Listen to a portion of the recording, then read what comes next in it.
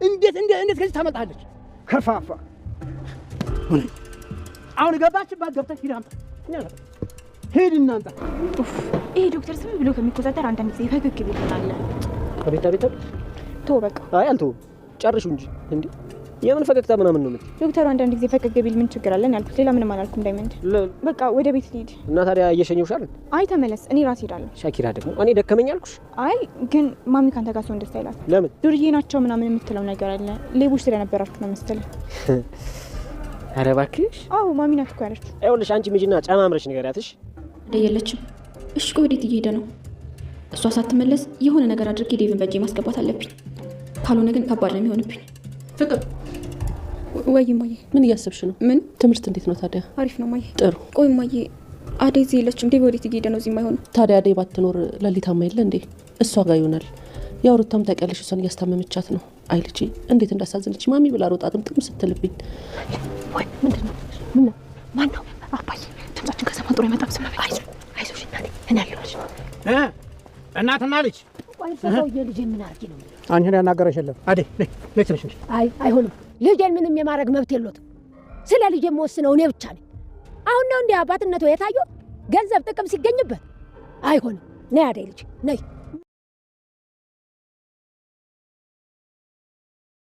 ሩታና ዳይመንድ ተጣሉ። የአደይ አባት አደይን በጭራሽ ዴቭን አታገቢም፣ የማላቀውን የከተማ ወጣጤ አልደረሽም፣ የንጉሱን ልጅ ልዑልን ነው የምታገቢው። ልዑልን አግብተሽ ዝንጥ ብለሽ እንድትኖሪ እንጂ የምፈልገው ምንነቱ ያልታወቀ የከተማ ወጣጤ አያገባሽም ብሎ ጫካ ውስጥ አስራ እንድትቀመጥ ተደርጓል። የአደይ እናትም ልጅን መልስልኝ እያለች አባትየውን ብታናግረውም ልጅቷ ያንቺ ብቻ ሳትሆን የኔም ስለሆነች አይመለከትሽም ብሏት ነበር። ብርሃን አባቴን ማናገር አለብኝ ብላ ወጣለች። አንተ አባቴ አይደለህም፣ እንዴት እንደዚህ ታረጋለህ? ለማትፈልገው ሰው አደይን ለምን ትድራታለህ? ከዛ ድረስ ነይ ብለህ ያመጣት ለዚህ ነበር። በጭራሽ አንተ የኔ አባት ልትሆን አትችልም ብለው የአደይ አባትን በንዴት ብርሃንን መቷታል። የአደይ እናትም ተከታትላ አደይን ጫካ ውስጥ አግታታለች። አደይ ጫኔን እባክህ ፍታኝ፣ እዚሁ እቀመጣለሁ የትም አልሄድም ብላ እጇን ሲፈታት ገፍትራ ጥላው ሄዳለች። ሰላም ሰላም፣ ውድና የተወደዳችሁ ውድ ቤተሰቦች እንደምን አላችሁ? በያላችሁበት የዓለም ዳርቻ ሰላማችሁ በዘት ተረፍ ይበል እያልን በአዲስ መተናል። በቅንነት ላይክ፣ ሼር፣ ሰብስክራይብ እያረጋችሁ ቤተሰብ አድርጉን። በባለፈው ክፍል እንዴት ተመለከትነው አደይ ተከታታይ ድራማ እንግዲህ አደይም የሽምግልናውን ቀን ተቆርጦ አደይ ሄዳ ነገሮችን ለማስተካከል አስባ ቢሆንም ወደ ሀገር የገባችው ግን ደግሞ ያልጠበቀችው ነገር ገጥሟታል ማለት ነው። አሁን ላይ አደይ በስልክም ለማንም እያወራች አይደለም። እዚህም ከባድ ችግር ተፈጥሯል። ለሊ ወደ ድሮ ወደ ልጅነት ማንነቷ ተመልሳለች። ሙሉ በሙሉ ከጊዜ በኋላ ያሉትን ትውስታዎቿን አታለች። እና በዚህን ሰዓት እንግዲህ ጠላቶቿን ወዳጆቿን ደግሞ ጠላት አድርጋ ተመልክታለች። ሩታ ጋር ከልብ የሚዋደዱ ጓደኛሞች ቢሆኑም አሁን ላይ ግን ሩታን ሳይሆን ቤዛን ወዳጅ አድርጋ ስሟን ቀይራ ሩታዬ ቤዛን እንዴት ነው የምጣላት ብላ ሚስጥሯን ሁሉ ለቤዛ እየተናገረች ነው። ቤዛም ደግሞ ይህንን አጋጣሚ ተጠቅማ የለሊን ሙሉ ሀብቷን ለመውሰድ የተቻላትን ሁሉ እያደረገች ነው። እናም የቤዛ ወንድም እንግዲህ የቤቱን ቁልፍ ይዞ ገብቶ ካርታና ፕላኖቿን የቤቷን አሉ የሚባሉትን ዶክሜንቶች ይዞ ወጥቷል። ባቡሬም በተፈጠረው ነገር ግራ ተጋብቷል። እጅግ በጣም አዝኗል። ከዶክተሩም ጋር አለመግባባት ትልቅ ችግርን ፈጥሯል። ለሊ አሁን ላይ ኤላን ስለሚመስላት ዶክተሩን ኤላዬ ደግሞ አንተ መቼ ጀምረህ ነው ዶክተር የሆንከው? በዛ ላይ ደግሞ ዶክተር እንደማትሆን ቃል ገብተህልኝ አልነበረም ወይ እያለች ነው። ዶክተሩ ነገሮችን ለማስረዳት ቢሞክርም ግን ደግሞ እሷ በራሷ መንገድ ካልሆነ በስተቀር በጭራሽ የማንንም ሰው አትሰማምና ለሊ እናትና አባቷ መሞታቸውን ሁሉ ረስታለች። እናም እንደ በፊት እንደ ልጅነቷ ቅብጥና ፍክት ብላ ደስተኛ በራሷ ዓለም የምትኖር ሆናለች ማለት ነው። እናም ለባቡሬ ይህን ነገር መቋቋም አቅቶታል። ገጀራውን ቤታቸው አግተው እስካሁን ድረስ ተቀምጧል። ገጀራው ስንት ነገር አሳልፌ ስንት ከባድ ነገር አሳልፌ አሁን ላይ አንተን አምኜህ አንድ ማምነው አንተ ብትኖር ጓደኛዬ ብዬ ያለ ጥፋትህ በመታሰርህ አዝኜልህ ነበር። ግን ደግሞ አንተ አሁን እኔን ከድኸኝ ሳምንህ ከድኸኝ እያለ ነው ገጀራው።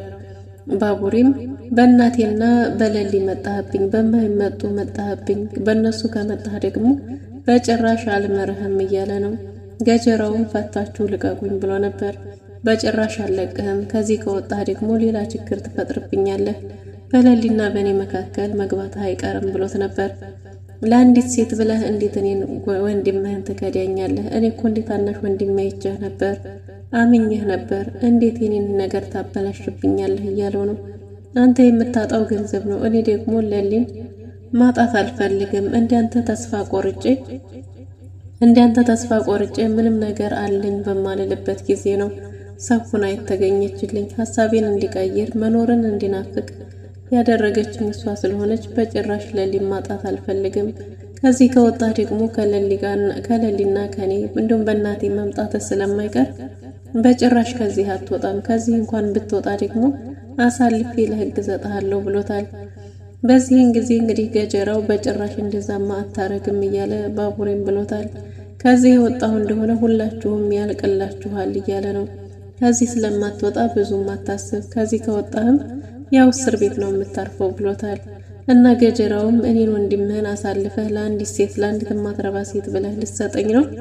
አሁንም ቢሆን እኔ ለሊን ከሰጠኸኝ በማናችሁም በህይወታችሁ አልገባም፣ በእናትህም ሆነ በእህትህም መንገድ አልገኝም ብሎት ነበር። ባቡሬም እኔ ለሊንም ቢሆን አሳልፌ አልሰጥህም፣ በጭራሽ ለሊን እንዳታስበው አሳልፌ አልሰጥህም ብሎታል። የባቡሬ እናት የለሊ ነገር በጣም ግራ ገብቷታል። ልጄ እኔ ማንም ባልነበረኝ ጊዜ ራሴን ባልሆንኩበት ጊዜ ልጁና ተገኝታልኛለች። አንተም እናቴን አቅፋታለሁ በዚህ ቀን ብለህ አስበህ ታውቅ ነበር? ስለዚህ ምንም ቢሆን እኔም ተቋቁሜ በዚህ ቀን ከጎኗ ልሆን ይገባል ብላለች። ባቡሬም እናቴ ምናልባትም ልታስከፋሽ ትችላለች፣ ልብሽን ልትሰብረው ትችላለች። ለሊ ሁሉንም ነገር ረስታለች፣ ማንንም አታስታውስም፣ ሁላችንም ረስተናለች ሲላት እጅግ በጣም አዝናለች። ግን ደግሞ የፈለገ ነገር ይሁን እንጂ ከአጠገቧ እኔ ልርቅ አይገባም የሚል ውሳኔ ወስናለች። እናሽ በቃ አሁን ወደ ሆስፒታል ሄጄ ለሊን ላምጣት ብሎ ሄዶ ነበር። ለሊ ገና ስታየው ያስፈራል እያለች ነው። ደግሞ ይሄ ማን ነው ያስፈራል፣ በዛ ላይ ደግሞ በእኔና ባንተ መሃል ሊገባ ይሞክራል እያለች ነው። ከዚህ በፊት እንግዲህ ቤዛ ይሄ ጥቁር ልጅ አንቺና ኤላን ለማለያየት እየሞከረ ነው ብላ ስለነበረ ከሆስፒታሉ አምልጣ ጠፍታ ነበር። ያኔም ዴባ ጌቷት ነበር። እንግዲህ ወደ ቤቷ ስትገባ ደግሞ የቤዛ ወንድም ቤት ውስጥ የነበረው ግን ደግሞ ውስጥ ሰው እንዳለ ብትናገርም በዚህ ሁኔታ ላይ ስለሆነች ማናቸውም ሊያምኗት አልቻሉም። እና ባቡሬም ዶክተሩን ሄዶ ሊያናግረው በሄደ ጊዜ እንደጠፋች ሲነግረው እንዴት እንደዚህ ታረጋለህ ብሎ ዶክተሩ ጋር ዱላ ቀረሽ ጸብ ነበራቸው። በዚህን ጊዜ ዶክተሩ የባቡሬን ጭንቀት ተረድቶት ታጋሽ ሆኖ በቃ ስንፈልጋት እያሉ ሳለ ነበር ዴቭ ደውሎ ለሊ እንዴት ተገኘች የነገራቸው።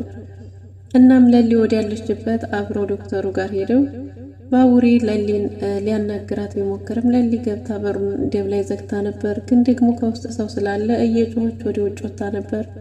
ቤት ውስጥ ሰው አለ ብላ ተናግራለች። እነሱም ገብተው ቼክ ሊያረጉ ቢሞክሩም ተደብቆ ስለነበረ ማናቸውም አላገኙትም። ግን ደግሞ ለሊም በዚህ ሁኔታ ላይ ስለሆነች ያን ያህል ማናቸውም አላመኗትም ነበር።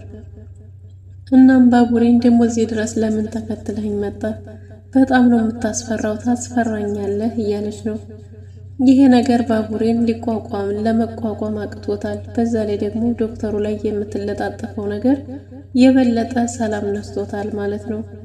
እናም ዶክተሩ በገባ ጊዜ ኤላዬ ይሄ ሰው እኮ እናንተን ለመለያየት ሞክሯል ሲብዬ ሞከረ ነው፣ ለዛም ነው ከሆስፒታሉ ወጥቼ የጠፋሁት እያለች ነበር። ግን ደግሞ እንደም ዶክተሩን ለምን እዚህ መጣ ቢለውም ለሊ ሊያግዛት እንደሆነ ተናግሯል። ለሊ ለባቡሬ ስለማትመጣለት እሷን ሊያመጣለት እንደሆነም ጭምር ተናግሯል። ለሊ ወደ ቤት ስትመጣ አስቸግራ ስለነበረ እንግዲህ የእንቅልፍ ክኒን ሰጥተዋት ተኝታ ነው ወደ ቤት የመጣችው። ዶክተሩም ሕክምናዋን በስርዓት መከታተል አለባት ብሏል። ይህ የሚሆነው ለምንድን ነው? ይሄ አሁን እንደውም ጥሩ ነው ለካንሰሩ እንዲሁም ጥሩ አማራጭ ሆኖልናል እያለው ነበር ለባቡሬ። ባቡሬም እንዴት ባለው ጊዜ አሁን እኮ ደስተኛ ናት። ሁሉንም ነገር ረስታ የበፊት የልጅነት ማንነቷ ነው ያለው። ስለዚህ አሁን እሷ እጅግ በጣም ደስተኛ ስለሆነች ተስፋ አላት፣ የመኖር ተስፋ አላት። ለዛም ለሕክምናችን ጥሩ ቻንስ ነው የሚሆነው። ግን በምን እንዴት ተፈጠረ ይሄ ነገር እኔም አላወቅኩም። ምክንያቱም እኔ ትኩረቴ የነበረው ካንሰርና ካንሰሩ ላይ ብቻ ስለሆነ ነው ብሏል። ባቡሬ በተፈጠረው ነገር እጅግ በጣም አዝኗል። ባቡሬ ለሊና ዶክተሩ ሆስፒታል ሆነው መድኃኒት አልወስድም ስትለው ካልሳምከኝ አልወስድም፣ ልዴቴስ መቼ ነው እያለች ዶክተሩን እያስጨናነቀችው ነበር። ዶክተሩም ፋይሏ ላይ አይቶ ቀኑን ነግሯታል። ከዛም እንደገና እንግዲህ ካልሳምከኝ መድኃኒቱን አልወስድም እያለች ባለችበት ጊዜ ዶክተሩም እየለመነ ባለበት ጊዜ ነበር ድንገት እንግዲህ ባቡሬ የገባው። ባቡሬ ይህን ባየ ጊዜ እጅግ በጣም አዝኖና ልቡ ተሰብሯል። ዶክተሩም ያለህበት ሁኔታ ይገባኛል፣ እረዳሃለሁ። አሁንም ቢሆን አንተ ወደ ውጭ እስካልወጣህ ድረስ በጭራሽ ሕክምናችንን ማድረግ አንችልም። አንተ ታገስ። እኔ ጋር እኮ እንደዚህ የምትለጣጠፈው ባቡሬ ማን ነው? ለኤላ ማን ነው የሚል ጥያቄ አንስቷል። ኤላ የበፊት ፍቅረኛዋ ነው ባለው ጊዜ ባቡሬም በቃ እሱ እየመሰልኳት እኮ ነው እኔ ጋር እንደዚህ የምትሆነው። ስለዚህ እንደዚህ ካልሆነ ደግሞ አሁን በጉልበት በኃይል ከሆነ መድኃኒቱን ልትወስድልን አትችልም። ስለዚህ እባክህ ታገስ፣ ያለህበት ሁኔታ ከባድ እንደሆነ ይገባኛል ብሏል። እና ባቡሬም እንደምንም እየመረረው እየዋጠውም ቢሆን እኔን እንዴት ረሳችኝ፣ እኔንም ረስታኛለች እያለ ነበር። አንተም ብቻ አይደለም ሩታንም ረስታታለች፣ ሩታን ቤዛ ነው ሩታ እያለች ነው ብሎታል።